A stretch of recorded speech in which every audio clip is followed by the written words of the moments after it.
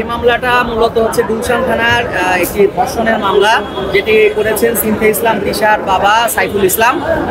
এই মামলাটাতে গত যে তারিখ ছিল অর্থাৎ 2রা জুন, সেদিন পিবিআই এর যে তদন্ত প্রতিবেদন হয়েছে, সেই তদন্ত প্রতিবেদনের বিষয়ে আজকে অধিকতর শুনানির জন্য মানে বিজ্ঞ আদালতে তারিখ নির্ধারণ ছিল এবং আজকে অধিকতর শুনানি আমরা করেছি। এবং এই শুনানিতে যারা বাদী পক্ষ থেকে আজকে হচ্ছে নারাজি দরখাস্ত দেওয়া হয়েছে। তিশার সাথে আরেকজন সম্পর্ক রয়েছিল এবং সেই সম্পর্কিত কিছু ভিডিও এবং ছবি উপস্থাপন করা হয়েছে, যেটি আসলে পিবিআই তদন্তে হচ্ছে সেভাবে আমলে নেয়নি। এটি আদালতে বারবার বলার চেষ্টা করেছেন এবং সেই কারণে তারা সিআইডির কাছে তদন্তের জন্য বলছিলেন।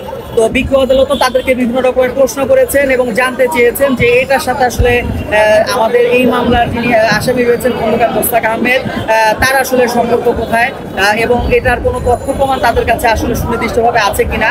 তো এই বিষয়গুলো তারা বলতে পারেননি। এবং আরেকটি হচ্ছে যে আদালত যেটি বয়স প্রমাণ, যে ঘটনা যখন ঘটেছিল তখন আসলে সিনথে ইসলাম তিশার বয়স 18 ছিল কিনা, সেই বিষয়টি জানতে চেয়েছেন। তো আমরা এটি বলেছি যে সিনথে ইসলাম তিশা যখন বিয়ে করেছিলেন তখন তার বয়স ছিল 18 বছর 1 মাস এবং সেটি আমাদের বাংলাদেশ সুপ্রিম কোর্টের মহামান্য হাইকোর্ট বিভাগ কর্তৃক এটি মেডিকেল বোর্ড গঠন করে পরীক্ষা করা হয়েছে এবং সেই মেডিকেল বোর্ডের পরীক্ষায় এই প্রতিবেদনটি এসছে এবং সেটিও বিজ্ঞ আদালত দেখেছেন। এবং আমরা আমাদের পক্ষে আসলে যুক্তি উপস্থাপন করেছি যে এই ধরনের মামলায় তিনি বারবার আসলে নারাজি দরখাস্ত দিচ্ছেন। এর আগে বাংলাদেশ পুলিশের পক্ষ থেকে ইনভেস্টিগেশন করা হয়েছে, পিবিআই প্রতিবেদন দিয়েছে, দুটো জায়গাতেই কিন্তু খন্দকার মোস্তাক আহমেদের বিরুদ্ধে কোনো অভিযোগ পাওয়া যায়নি, ঘটনা সত্য নয় বলে প্রতিবেদন এসছে।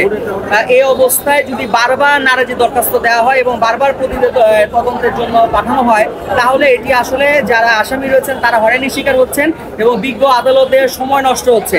কারণ এই ধরনের একটি মামলা, যে মামলাতে আজকেও বিজ্ঞ আদালতে কিন্তু সিনথে ইসলাম তিশা উপস্থিত ছিলেন এবং তিনি নিজে আদালতকে বলেছেন যে তার সাথে কোনো প্ররোচনা দেখিয়ে কোনো রকমের ধর্ষণের কোনো ঘটনা ঘটে নাই এবং তিনি স্বেচ্ছায় সজ্ঞানে তিনি হচ্ছে, যেহেতু তিনি সাবালিকা, তিনি খন্দকার মোস্তাক আহমেদকে বিয়ে করেছেন।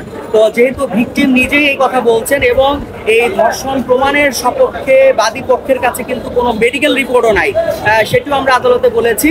তো দুই পক্ষের বক্তব্য শোনার পরে বিজ্ঞ আদালত বলেছেন যে এই বিষয়ে আদেশ দিবেন, আদেশের জন্য তিনি রেখেছেন এবং আদেশ দেওয়ার পরে আমরা আসলে জানতে পারবো যে আসলে কি ধরনের আদেশ আসতেছে। তবে আমরা প্রত্যাশা করছি যে সার্বিক সবকিছু বিবেচনা করে আদালত আমাদের পক্ষেই আসলে আদেশ দিবেন, এটি আমরা প্রত্যাশা করি।